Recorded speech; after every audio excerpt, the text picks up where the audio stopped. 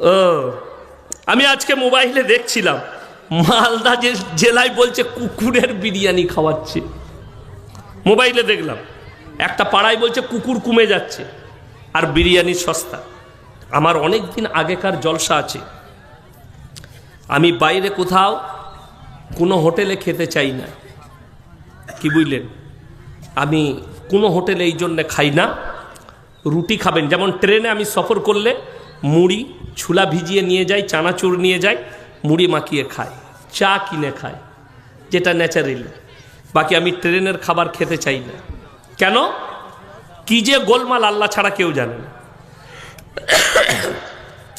এই কুকুরের বিরিয়ানি শুধু আজকে মালদায় নয়, কলকাতায় ধরা পড়েছিল ভাগাড়ের মুরগি কুড়ি নিয়ে এসে বিরিয়ানি করে বিক্রি করছে, ধরা পড়েছিল, জেলেও গিয়েছে। কিন্তু ব্যাপার কি জানেন?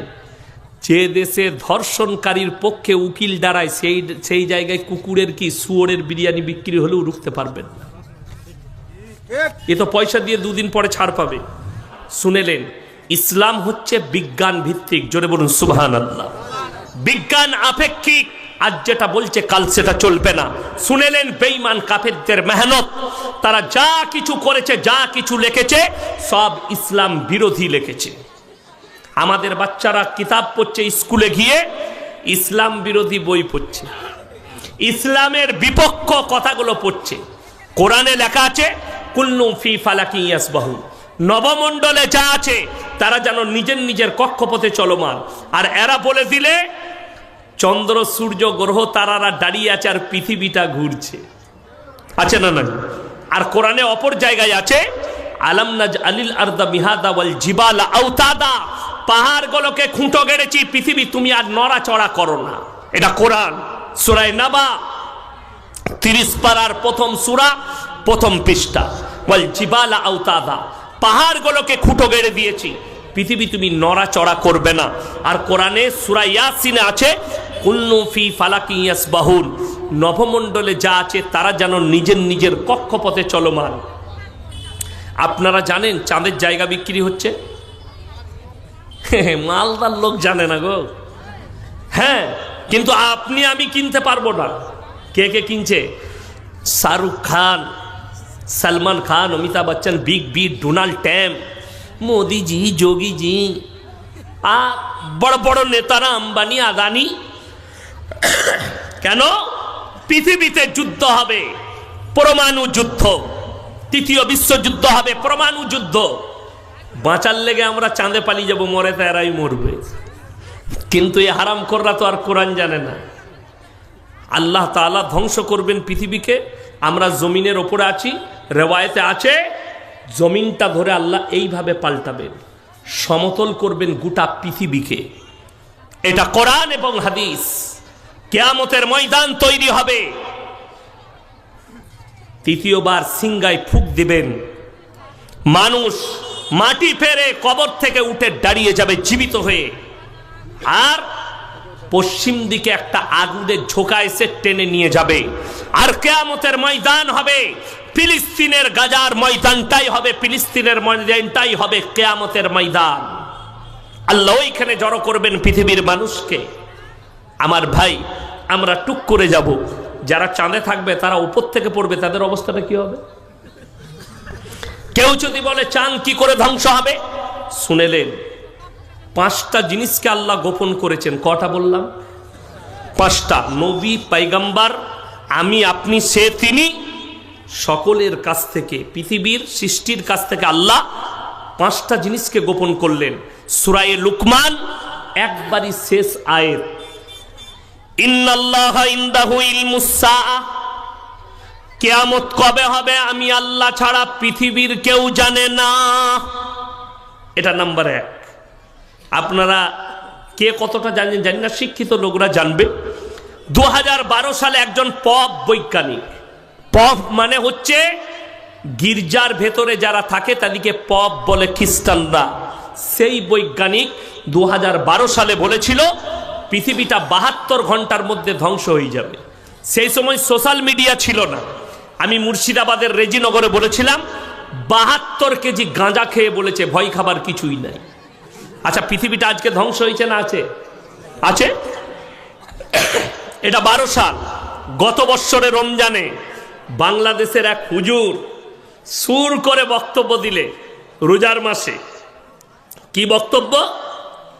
আমার ভাইয়েরা মায়েরা বোনেরা, রমজান মাস 15ই রমজান শুক্রবার, আর আল্লাহর নবী বলেছেন কিয়ামতের ময়দানটা হবে, কিয়ামত পৃথিবী ধ্বংস করবেন, মাসটা হবে রমজানের মাস, আর 15ই রমজান শুক্রবার পড়বে, আল্লাহ পৃথিবীকে ধ্বংস করবে। সবাই ভয়ে মরে গেল। আমি কলকাতা মিটিয়া বুর্জে আদায় করছি 15ই রমজান, একজন ফোন করে বলছে হুজুর 15ই রমজান কি হবে? আমি বললাম তুই আগে মরবি, ফোনটা রাখ, আমি মাদ্রাসার আদায় করছি, এখন ঝামেলা করি না। কত দুঃখ লাগে। আচ্ছা বলুন, পৃথিবীটা ধ্বংস হয়েছে না আছে? আছে। কেন? আল্লাহর কসম, নবীজিকেও বেঈমান কাফেররা একাধিকবার প্রশ্ন করেছে, হে নবী কিয়ামতটা কবে হবে, তারিখ জানতে চেয়েছে। আল্লাহর কসম, আল্লাহ কোরআনে যতগুলো দলিল দিয়েছেন এক জায়গাতেও তারিখ বলেননি, খালি কিয়ামতের আলামত বলে দিয়েছেন। নবীজিকে বেঈমানরা প্রশ্ন করলো, কি বলে? বেঈমান মুশরিকরা, ইয়াসআলু আইয়ানা ইয়াউমুল কিয়ামা, হে নবী কিয়ামতটা কবে হবে? আল্লাহর হাবিব বললেন, তোমরা শোনো, আল্লাহ আয়াত পাঠিয়ে দিলেন, তাদেরকে বলে দাও ফাইদা বারিকাল বাসার। এখানেও তারিখ বলেননি, আল্লাহ খালি আলামত বলে দিলেন। সেদিনে তোমাদের চোখগুলো স্থির হয়ে যাবে। আশ্চর্য জিনিস দেখলে চোখ স্থির হয়। আপনি যদি সকালবেলায় মালদায় মাছের মার্কেটে যান, আর যদি দেখেন একটা 20 কেজি ওজনের কাতলা, আল্লাহ, চোখটা বেরুবে না? বেরুবে না? এইভাবে দাঁড়িয়ে যাবে। কোরআনে এই অর্থটাই, আল্লাহ এই ভাষাটাই বলেছেন, ফাইদা বারিকাল বাসার, তোমাদের চোখগুলো স্থির হয়ে দাঁড়িয়ে যাবে। ওয়া খাসাফাল কামার, যেদিনে চন্দ্রকে আলোহীন করে দেব, চাঁদের আর আলো থাকবে না। ওয়া জুমিয়া শামসু ওয়াল কামার, চাঁদ আর সূর্যকে আমি একটা রাস্তায় টক্কর খাইয়ে পৃথিবীটা তছনছ করে দেব। এটা কোরআন। ওয়া জুমিয়া শামসু ওয়াল কামার ইয়াকুলুল ইনসানু ইয়াউমাইদিন আইনাল মাফার, মানুষ ছুটাছুটি লাগাবে আর ভাববে কোথায় পালালে বাঁচি। কাল্লা লা ওয়াজার ইলা রাব্বিকা ইয়াউমাইদিনিল মুস্তাকার, সেদিনে আমার আল্লাহর কাছে, রবের কাছে দণ্ডায়মন ছাড়া বিকল্প কোনো রাস্তাই থাকবে না। সবাই আল্লাহর কাছে দণ্ডায়মন হবে। এটা কোরআন, 1 নম্বর। দ্বিতীয় নম্বর,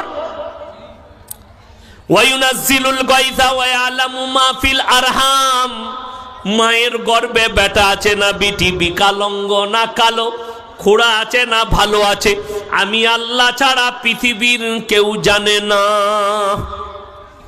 কিন্তু এখানে একটা কথা শুনেলেন, আমাদের অনেক মুসলমানের ঈমান দুর্বল। ছেলে না হলে আমাদের মতো মৌলবীর কাছে এসে বলছে, হুজুর একটা তাবিজ দেন ছেলে হবার। হ্যাঁ, আপনি মালদা স্টেশনে পাবেন, স্টেশনের বাইরে চট বিছিয়ে বসে আছে, ছিঁড়া চট, মাথায় সরষের তেল লাগিয়ে আঁচুড়ে সকালবেলায় বসেছে অ্যাটার্জি খুলে, আর দেখবেন সে গোল চাকতি নামানো আছে, আর কি কি সব লেখা আছে। কি ব্যাপার? বলে জ্যোতিষী, হাত দেখে ভাগ্য বলে দেয়।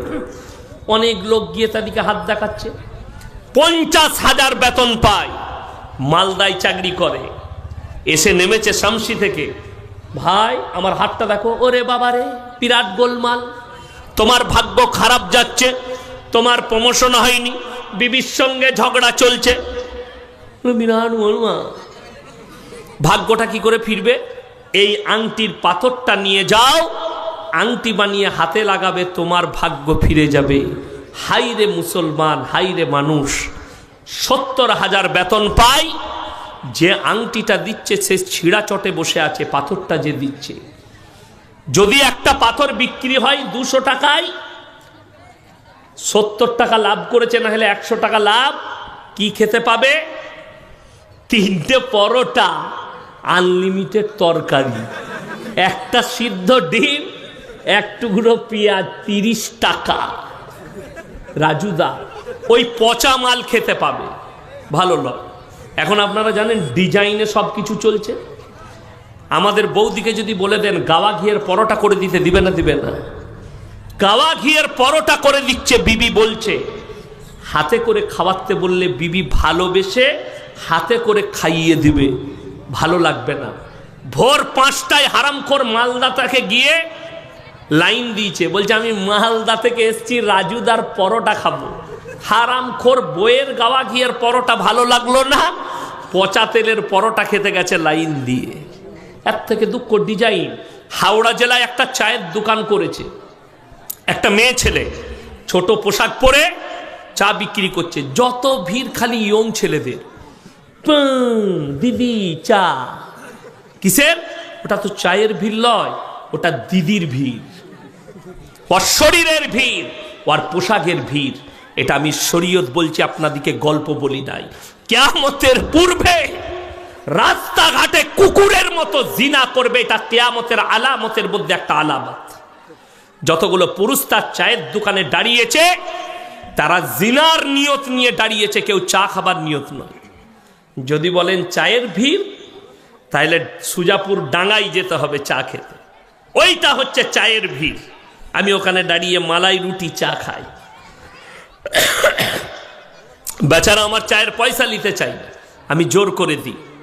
ওইটা হচ্ছে চায়ের ভিড়, আর ওটা হচ্ছে শরীরের ভিড়, ওটা হচ্ছে তার দেহর ভিড়, চায়ের ভিড় নয়। এটা কিয়ামতের আলামত। বর্বরতা বেড়ে যাবে, লেখে নিয়ে যান। রাসূল আকরাম সাল্লাল্লাহু আলাইহি সাল্লাম বললেন, কিয়ামতের পূর্বে বর্বরতার যুগের পাপগুলো মডেলিং হয়ে ফিরে আসবে তোমাদের কাছে, অনুভব করতে পারবেন না। আজকে ভারতের সুপ্রিম কোর্ট রায় দিয়েছে সমকামী, ভারতে লিগেল। আজকে মুসলিমদের মধ্যে বিষ ছড়িয়ে গেছে সমকামী। এই পাপটা রাসূলের যুগের পাপ নয়, এই পাপটা ইমামদের যুগের পাপ নয়, এই পাপটা ইমাম বুখারী ইমাম তিরমিজির যুগের পাপ নয়। এই পাপটা হচ্ছে হযরতে লূত নবীর কওমের পাপ, যে পাপের কারণে একটা পুরো নসলকে আল্লাহ ধ্বংস করেছেন। ম্যাপটা খুলে দেখবেন, পৃথিবীর ম্যাপটা আল্লাহ তাআলা রুটির মতো পাল্টিয়েছে। যে সাগরটার নাম বৈজ্ঞানিকরা মরা সাগর দিয়েছে, যেখানে একটা পোকা মাকড়ও জন্মায় না, তারা এতটা অভিশপ্ত। আল্লাহ তাআলা এই পাপের কারণে কোরআনে লাকির টেনে দিয়েছে, লূত নবীর বিবি জাহান্নামে যাবে। নবী হওয়ার পরেও সে তার স্বামী আটকাতে পারবে না কিয়ামতের দিনে। এরপরে আপনি এই পাপকে অ্যাকসেপ্ট করছেন, এই পাপকে আপনি মেনে নিচ্ছেন। বেঈমান কাফেররা ঠান্ডা মাথায়, হে আমার স্কুল কলেজের যুবক যুবতী, তোমাদেরকে ঠান্ডা মাথায় জিনা করাচ্ছে, তুমি বুঝতেই পারো না জিনা কোনটা। আপনি মনে করেন, আমার যুবক যুবতীরা ভালো করে শুনবেন, আপনি মনে করছেন জিনা মানে শারীরিক সম্বন্ধ। না, হাতের জিনা, কানের জিনা, চোখের জিনা, নফসের জিনা, মুখের জিনা, পায়ের জিনা, নফসের জিনা, শারীরিক জিনা। আপনি হাতের দ্বারা কোনো মেয়েকে টাচ করেছেন, ইসলামে ওই জন্য মেলা হারাম। ইসলামের নির্জনে একটা পর পুরুষ আর পর নারী এক কাছে হওয়া হারাম। শরীয়ত বলছে। আমার ভাই, যদি আপনি বলেন আপনাদের মতো মৌলী সাহেবের কাছে কোনো মেয়ে গেলে আপনারা কি করে কন্ট্রোল হারাবেন? ওরে হারামখোর, আমি তো অনেক দূরের কথা, মৌলবি মুল্লা তো অনেক দূরের কথা। খোদ একজন নবী, ওয়ালাকাদ হাম্মাত বি ওয়া হাম্মা বিহা লাউলা আররা বুরহান রাব্বি, সূরা ইউসুফ নবী বলছেন, আমাকে শয়তান ওয়াসওয়াসা দিয়েছে। যখন জুলাইখা নিজেকে বেবস্ত্র করে দাঁড়িয়ে গেল, ওয়াকালাত হাইতালাক, আমার দিকে অগ্রসর হও, আমাকে টিপে ধরে মনের কামনা আর বাসনা পূরণ করো। হযরতে ইউসুফ নবী বলছেন, ওয়ালাকাদ হাম্মাত বি ওয়া হাম্মা বিহা লাউলা আররা বুরহান রাব্বি, আল্লাহ আমাকে হিফাজত করেছে, কিছুক্ষণের জন্য শয়তান আমাকে ওয়াসওয়াসা দিয়েছে, সুযোগ আছে জিনা করে লাও। আল্লাহ, আমি পয়গম্বর বলে আল্লাহ আমাকে বাঁচিয়েছে। ইয়াসিন কি করে বাঁচতে পারে? আমার মধ্যে নফস দিয়েছে, আমার মধ্যে যৌবন দিয়েছে। ওই জন্য সাবধান হচ্ছে আমার বলার উদ্দেশ্য। আগামীতে জলসা করলে এই পর্দা দিবেন না, এমন এক পর্দা দিবেন বক্তাকে যেন চোখে কোনো নারী না দেখতে পায়, না বক্তা নারী দিকে দেখতে পায়, না পুরুষকে তারা দেখতে পাবে, না আমরা তাদেরকে দেখতে পাবো। আমার মাদ্রাসার জলসায় 30,000 শ্রোতা, 30 থেকে 40টা গরু জবাই হয়, ডেলিগেট থাকে না, ফ্রি বিরিয়ানি, 150 টাকা কিলো চালের বিরিয়ানি কলকাতার বাবুর্চি রান্না করে, খালি 70,000 টাকা বাবুর্চি নেয়, ফ্রি খাবার দাবার লোকে দেয়, লোকরাই খায়। আপনি দেখাতে পারবেন না মহিলারা কোন রাস্তায় এলো, অথচ প্রত্যেকটা মায়ের কাছে 1 কিলো করে বিরিয়ানির প্যাকেট পৌঁছে যায়, আর তারা গেল কোন রাস্তায়? আর আজকে এমন অবস্থা, মহিলারা চাপ দিচ্ছে স্টেজে গিয়ে বক্তাকে দেখব। আমার মতো বক্তাকে দাওয়াত দিবেন না। যদি বেপরদা করে রাখেন, আমার এই চেহারা, আমার আকৃতি, আমার সবকিছু আমার স্ত্রীর জন্যে। একটা পুরুষের যৌবন তার স্ত্রীর জন্যে, একটা নারী তার যৌবন, তার সৌন্দর্যতা তার স্বামীর জন্যে, পরপুরুষের জন্য নয়। কোরআনে মারাত্মক অর্ডার দেওয়া হয়েছে এটার জন্যে। 18 পারা 1ম পৃষ্ঠা, কাদ আফলাহাল মুমিনুন আল্লাযীনা হুম ফি সলাতিহিম খাশিউন ওয়াল্লাযীনা হুম আনিল লাগবি মুরিদুন ওয়াল্লাযীনা হুম লিয-যাকাতি ফাইলুন ওয়াল্লাযীনা হুম লিফুরুজিহিম হাফিজুন। তোমরা মুমিন তারা হবে যারা নিজেদের লজ্জা স্থানের রক্ষণাবেক্ষণ করবে। আজকে বেঈমান কাফেররা যেটা চেয়েছে তারা কামিয়াবি লাভ করেছে। বুখারী শরীফের হাদিস শুনেলেন তাদের কামিয়াবি কোনটা, আর আমরা নাকাম কি করে হয়েছি? কোরআন আমাদের, রাসূল আমাদের, হাদিস আমাদের, আদর্শ আমাদের, তারপরও আমরা নাকাম কেন? বেঈমান কাফেররা আমাদের ব্রেনে এমন মন্ত্র ভরে দিয়েছে, ঠান্ডা মাথায় চাপিয়েছে। আপনি আলেম বিরোধী হলেন, আপনি কোরআন বিরোধী, আপনি রাসূল বিরোধী। একটা আলেম যদি হক কথা বলে, আপনি পেছনে গিয়ে গালি দেন, যেটা আপনার যে পাপে আপনি লিপ্ত আছেন, ওই পাপ করার কারণে আপনি মৌলবীকে গালি দেন। আপনি ইমাম জুম্মার দিনে জিনার বয়ান করলে, পরকীয়ার বয়ান করলে ইমামকে তাড়ানোর ব্যবস্থা করেন, যেহেতু আপনি পরকীয়ায় লিপ্ত হয়ে আছেন। খুব দুঃখের বিষয় এটা। আপনাকে বলে চাই, বুখারী শরীফের হাদিস, একটা পুরুষ টাকনুর ওপরে কাপড় পরবে। বেঈমান কাফেররা প্যান্ট তৈরি করেছে, প্রত্যেকটা যুবকের প্যান্ট টাকনুর নিচে, নামাজ পড়ার সময় খালি গুটিয়ে নিচ্ছে। ঠিক বললাম না? কিছু যুবক নামাজের সময় গুটাচ্ছে। কোন মৌলবি যদি ফতোয়া দিতে পারে নামাজের সময় টাকনুর ওপরে গুটি নেওয়াটা এটাই খালি শরীয়ত, নবীজি এটাই বলেছেন, বাকি টাইম নিচে থাকলে অসুবিধা নাই, হারাম। টাকনুর নিচে যে পুরুষ কাপড় পরবে, মারাত্মক দুটো পাপ। এই টাকনুর নিচে কাপড় পরার কারণে আল্লাহ ওই অঙ্গগুলো জাহান্নামে দিবেন। নাম্বার 1, টাকনুর নিচে যারা কাপড় পরে তাদের দিলেতে তাকাব্বুর মানে অহংকার আসে, আর হাদিসে আছে যারা অহংকারী হবে আল্লাহ তাদেরকে জান্নাতে দিবেন না। আপনি ওই পোশাক পরেছেন, অহংকার এসছে টাকনুর নিচে। 2 নম্বর, আপনি রাস্তায় যাচ্ছেন, রাস্তায় যেতে যেতে কুকুরের গু ঠেকে গেল, কুকুরের মুখ থেকে গেল, যেহেতু টাকনুর নিচে প্যান্টের, বুটের নিচে প্যান্ট, চপ্পলের নিচে প্যান্ট, ছেচুড়ে ছেচুড়ে যাচ্ছে, ওই প্যান্ট পরি আপনি নামাজ আদায় করছেন। মারাত্মক। আমি গত বছরে মুম্বাই যাচ্ছি, কলকাতা এয়ারপোর্টে দাঁড়িয়ে আছি, বোর্ডিং পাস করাবো সকাল 6:30টায়, লাইন লম্বা। আমি ঢুকেছি, গাড়ি থেকে নেমেই ঢুকে গেলাম, বোর্ডিং পাস করাবো 8টায়, 8:30টায় ফ্লাইট আছে। ঢুকে আমার সামনে একটা যুবক ছেলে দাঁড়িয়ে, বিহারি মুসলিম, সে এমন একটা প্যান্ট পরেছে, পেছন থেকে দেখে মনে হচ্ছে খুলে পড়ে যাবে। আমি ভয়ে ভয়ে বললাম যে আল্লাহ, খুলে গেলে বিপদ হয়ে যাবে। আমরা ভাইয়া থোড়া উপর कर लो। बोले कि हजरत ये डिजाइन है। हमने साला ऐसा भी डिजाइन का पैंट निकाल चुका है। আমি আশ্চর্য হলাম আর ভাবলাম, এই ছেলেটা যখন মসজিদে নামাজ পড়তে ঢুকবে এই প্যান্ট পরে, তার পেছনে যে দাঁড়াবে তার আর নামাজ হবে? ই তো সিজদায় গেলি পেছনে যে থাকবে সে আলী বাবার গুফা দেখতে পাবে, নামাজ ওখানেই শেষ, হারাম। ওই জন্যে শুনেলেন, ইউনিফর্মের একটা বড় মূল্য আছে। আচ্ছা, ইউনিফর্ম ছাড়া স্কুলে কেউ ঢুকতে দিবে? কথা বলে না এরা? ইউনিফর্ম ছাড়া স্কুলে ঢুকতে দিবে না। ইউনিফর্ম ছাড়া আপনি কোনো কোম্পানিতে ঢুকতে পারবেন না, কোনো হসপিটালে ঢুকতে পারবেন না ইউনিফর্ম ছাড়া। আপনি বড় বড় যদি ভেলোরে, মুম্বাইয়ে, টাটা মেমোরিয়ালে যান, আপনাকে তাদের ড্রেস পরে ভেতরে প্রবেশ করতে হবে, না প্রবেশ করতে দিবে না। আর আল্লাহর ঘরে যাচ্ছেন বেঈমান কাফেরের মতো, আপনি সিজদায় যাচ্ছেন, পাছা বেরিয়ে যাচ্ছে, আপনার আল্লাহর ঘরে ইউনিফর্ম থাকবে না? আল্লাহর ঘরের ইউনিফর্ম। এই মৌলবি কটা পাগল হয়ে যায়নি যে লম্বা জামা পড়েছে? আমরা পাগল নয় যে লম্বা জামা পড়েছি, এটা ইসলামী ইউনিফর্ম, যেটা দ্বারা সাতার ঢাকা যাবে, যেটা দ্বারা নামাজ সহি হবে, নামাজে বিপদ আসার ভয় নেই। আর আপনি যে গেঞ্জি আর প্যান্ট পড়েছেন, নামাজে বিপদই বিপদ। সিজদায় গিয়ে গেঞ্জি যদি এইখানে চলে আসে, মেয়েদের মতো কোমর বেরিয়ে গেল, প্যান্ট যদি একটু নিচে দিকে যায় তা আলী বাবার গুফা, নামাজ ওইখানেই শেষ। আর আপনি ওটাকে ভাবছেন নামাজ হবে না, তা নয়, নামাজ হবে। নামাজ বিপদ হওয়ার আশঙ্কা আছে, যেখানে বিপদ আছে সেখানে আপনি রিস্ক নেবেন কেন? যেখানে ইউনিফর্ম, যদি বলেন আমি চাকরি করি, আরে ব্যাগেতে একটা পাঞ্জাবি নিয়ে যান, খালি নামাজটা পড়ার সময় পাঞ্জাবি পরে নামাজ পড়লেন, খুলে দেন, আপনার ইউনিফর্ম রয়ে গেল, আপনার সব কিছু রইল, ঠিক হয়ে গেল। হাদিসে আছে যে মহিলারা টাকনোর নিচে কাপড় পরবে এটা হারাম।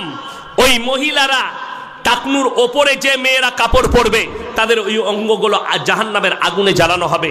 বেঈমান কাফেররা যে সালোয়ারগুলো এখন বর্তমানে তৈরি করছে সব এখানে, ঠিক বললাম না? কিছু কিছু মেয়ে আবার পায়ে কালো কার মানছে, এটা কি বলে লজল লাগবে না, গলায় দড়ি বাঁধ আর মরবি না।